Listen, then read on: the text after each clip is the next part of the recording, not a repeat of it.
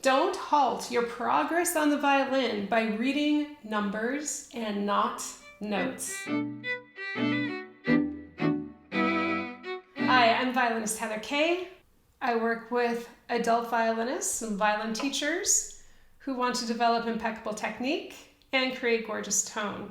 Have you gotten quite far in your violin journey reading numbers?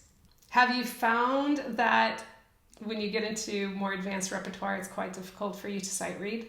In some cases, this is not necessarily your fault. Many method books actually weaken the sight reading skills of the violinist by putting numbers above the notes. And what happens is that very early on in the violin journey, the violinist is trained to read numbers and not notes, especially if the violinist has not had any music reading experience before the violin. Student violinists may read numbers for years without the teacher even knowing that's what they're doing. But this is only setting up a major meltdown in the future. You can only get so far reading numbers.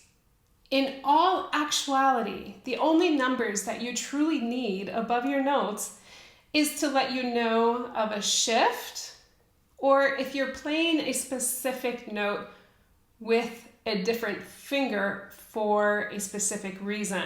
A great example of this is in first position when we play C natural with a 2, but right after that we have an F sharp. So instead of hopping the 2, we play that F sharp with a 3. Okay, so that is an example of when you do put a fingering above a note. It's when it's an odd finger that you typically don't play that note with. Violinists have to associate themselves and their playing to the note names A, B, C, D, E, F, G, or solfege. So do, re, mi, fa, sol, la, ti, or si, do, depending on where you live in the world. Reading by number also has no help to determine how to place that finger based on the key signature in the music. I've actually seen violinists write out if they have a high 2, low 2, or low 1 based on the key signature because they couldn't understand how the key signature affects the notes, which then in turn affects the fingers. If you're reading the notes or solfege, you will know exactly what you need to do in order to play that specific note, whether it's a sharp, flat, or natural.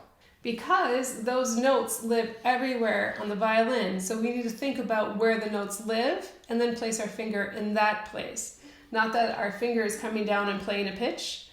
A pitch lives in a specific place, and we have to match the landing of our finger to where the pitch lives.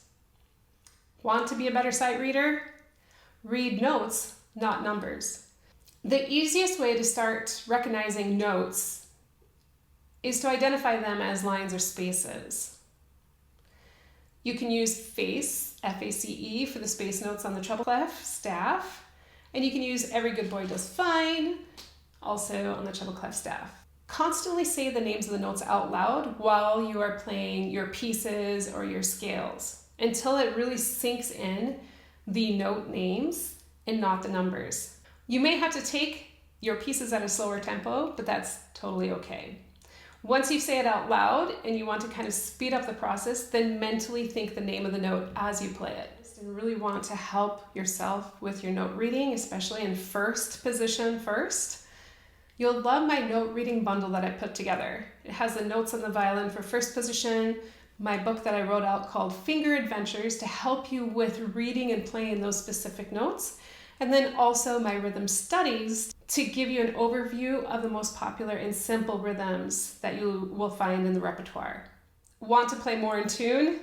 Associate to the pitches, not to a number. Understanding note names and making that association with a note name helps you with intonation. And this is why, because numbers, there's no pitch correlation, it's a number. But if we think the note B, if you really know and are familiar with the note B, you'll know exactly where that note hits your ear, how you feel when you play B, and you'll be able to know if it's perfectly in tune or not. As numbers, Number 2 doesn't have a specific correlation to a pitch on the violin because we play so many different pitches. We can play every single pitch with 2, so there's no direct correlation of what a 2 sounds like on the violin. I also have a great pitch exploration journal. It's a process that I absolutely love to help you get centered and understanding and getting to know the pitches as if they're your friends, as if you invite them to your dinner table. So you can get to know them really well. You can find my pitch exploration journal linked in the corner of this video. Struggling with learning new positions? Are you reading numbers?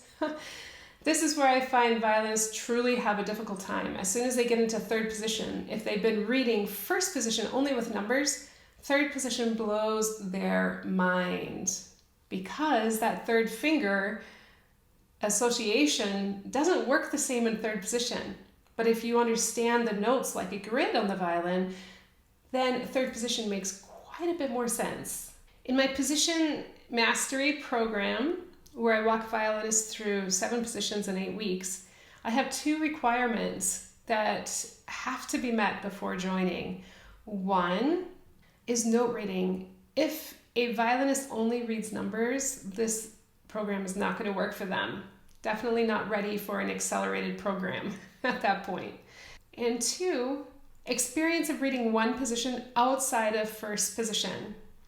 Testing those note reading skills. Typically the 1st position outside of 1st position is 3rd position.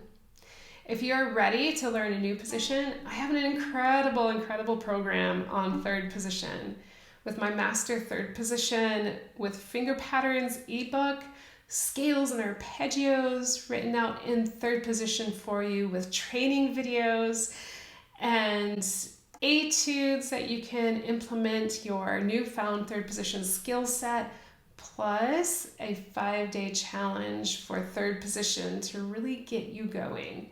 I'll leave a link here and you can check it out. Hope to see you there. Happy practicing. Ciao!